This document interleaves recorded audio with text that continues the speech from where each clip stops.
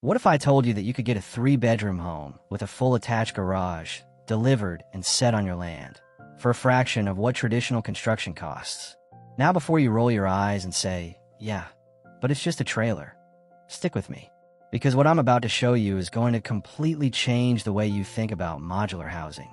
We're talking real bedrooms, real square footage, a real garage, and honestly, some serious curb appeal. Welcome back to the Homes and Haven. I'm Abdulakin Adeola is Shock. If you're even thinking about building or buying a home in the next 1 to 3 years, you need to watch this entire video. Drop a house emoji in the comments right now if you've ever considered going the modular route. I read every single one. And hey, if you haven't subscribed yet, tap that button. I cover affordable housing, land buying, and smart builds every single week. Let's get into it. What is a modular home? Let's clear up a major misconception right away. Modular does not mean manufactured. These are not the same thing. A modular home is built in sections, called modules, inside a climate control factory.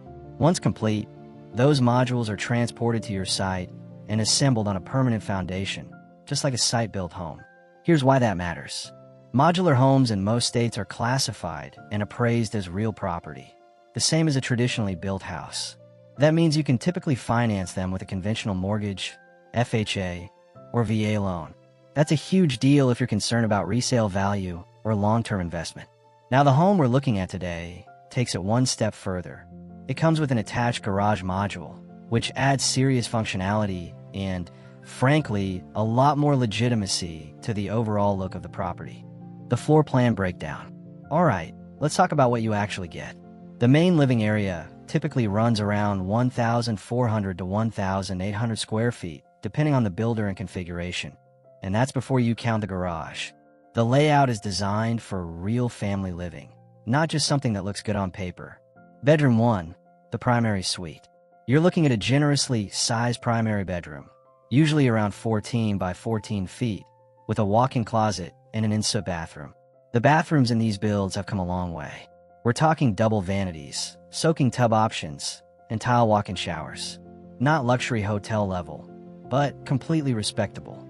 Bedrooms 2 and 3 are solid, typically 11 by 12 feet or better. They share a full hall bathroom, great for kids, guests, or a dedicated home office setup. The kitchen and living area is where modern modular really shines. Open concept kitchen and living room, with an island option in many configurations. You'll usually get shaker-style cabinets, LVP flooring throughout the main living areas, and decent countertop options depending on your package tier. I'll be honest with you, the base package finishes are builder grade. They're functional, they're clean, but if you want granite countertops and custom cabinetry, you're going to be upgrading. Budget for that. The garage. Now here's the piece most modular homes don't offer, the attached garage module. You're typically looking at a 2-car garage, roughly 20 by 24 feet, attached directly to the main structure. It's drywalled, it has proper electrical, and in many models you can get it insulated. This is not a carport. This is not a metal shell. This is a real, usable garage that ties into the home structurally and visually. It makes a massive difference in how the property looks from the street. The financial reality check. Okay, let's talk money. This is where people either get excited or get burned. So, I'm going to give you the honest 2026 numbers. The home itself, the modular structure, now runs between $160,000 and $320,000 depending on your builder, your region, the finishes you choose, and any custom upgrades. Builder-grade configurations come in at the lower end.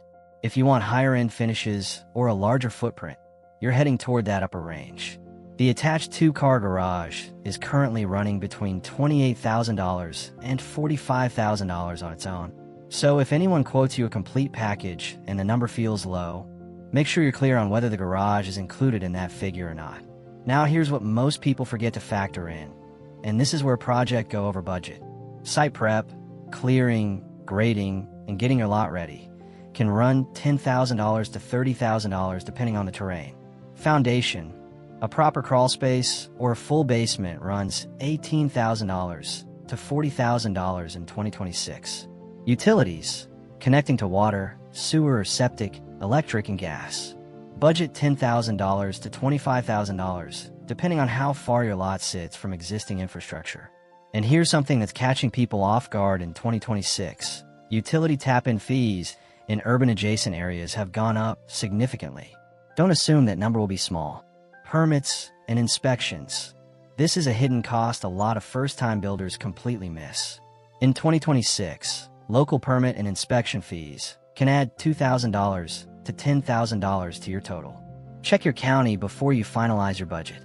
Delivery and set, getting the modules to your site and craned into place typically runs $5,000 to $15,000. Finishing work, steps, decks, driveway, landscaping, easy $10,000 to $20,000 if you want the property to look and feel complete. So here's the real, all-in number. For a completed, move-in ready 3-bedroom modular with garage on your land, you are realistically looking at $280,000 to $450,000 in 2026. That's the turnkey range. Here's a rule of thumb the industry actually uses. It's called the 60-40 rule. Roughly 60% of your total budget goes to the factory for the home itself. The other 40% goes to the site, foundation, utilities, and finishing. So if someone quotes you a $150,000 house, what they really mean is a $250,000 project by the time it's done. Keep that ratio in your head, and you'll not be blindsided. Now, is modular dramatically cheaper than site-built? I want to be straight with you here, because the save $100,000 or $200,000 headline you sometimes see is not always accurate in today's market. The realistic savings in 2026 are closer to 15 to 25% compared to a comparable site-built home. That's real money, but modular isn't a bargain bin option. You're paying for speed and quality control. You're getting a well-built home faster. That's the value proposition, not just a discount. Why people love this? Here's why this works for a lot of buyers in 2026. Speed. A modular home can go from order to move in 4 to 7 months. Studies show modular construction completes roughly 55% faster than site-built. In today's environment where traditional builds can drag to 12 or 18 months, that difference is significant. Quality control. Built in a factory means no rain damage during framing, no weather delays, and consistent inspections at every stage. That's genuinely a plus that doesn't get talked about enough. Energy efficiency. Tight factory construction typically means better insulation and sealing than what you'd get from a conventional site build. Many modular homes in 2026 also come solar ready from the factory, which is a real long-term value add. The garage. Having that attached garage makes this feel and function like a real family home. It adds usable square footage, protects your vehicles, and boosts resale appeal in a meaningful way. Financing. Because it sits on a permanent foundation, most lenders treat it as traditional real property. Conventional, FHA, VA, they're all on the table. That's a major advantage. The trade OFFS. Now I'm not going to sell you fairy tales. There are real trade-offs you need to know. Limited structural customization. You're working within a manufacturer's set of floor plans and options. You can upgrade finishes and modify layouts to a degree, but you can't redesign the structure from scratch. However, and this is worth knowing in 2026, most modular factories now offer smart home wiring packages.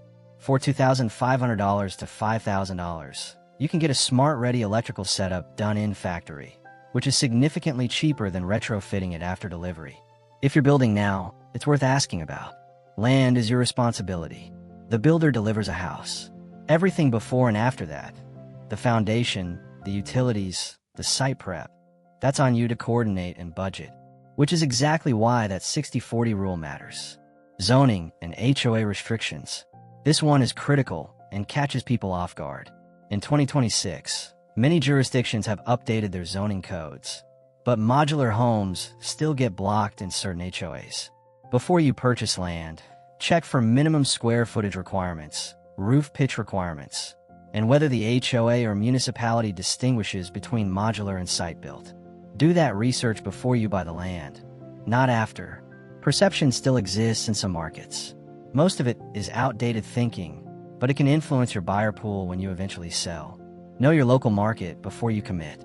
Builder vetting is non-negotiable. Not all modular builders are equal. There are excellent ones, and there are ones that will leave you chasing warranty work for 2 years. Read reviews. Visit completed homes. Ask for references from buyers who are 2 to 3 years post-move-in. That's when you find out who actually stands behind their product. Look, the 3-bedroom modular with a garage is not a compromise. It's a genuinely smart option for anyone who wants to own land, build equity, and have a real home without paying the full premium of traditional construction or waiting a year and a half to move in. Is it perfect? No, but neither is any other path to homeownership right now. The key is going in with honest numbers, doing your homework on builders and zoning, and using that 60-40 rule to keep your budget in check from day one. If this video helped you see modular in a new light, hit that like button. It genuinely helps this channel grow and helps more people find this content. Got questions about modular homes, land, or the building process? Drop them in the comments. I answer as many as I can, and your question might become the next video. Subscribe if you haven't already, and I will see you in the next one.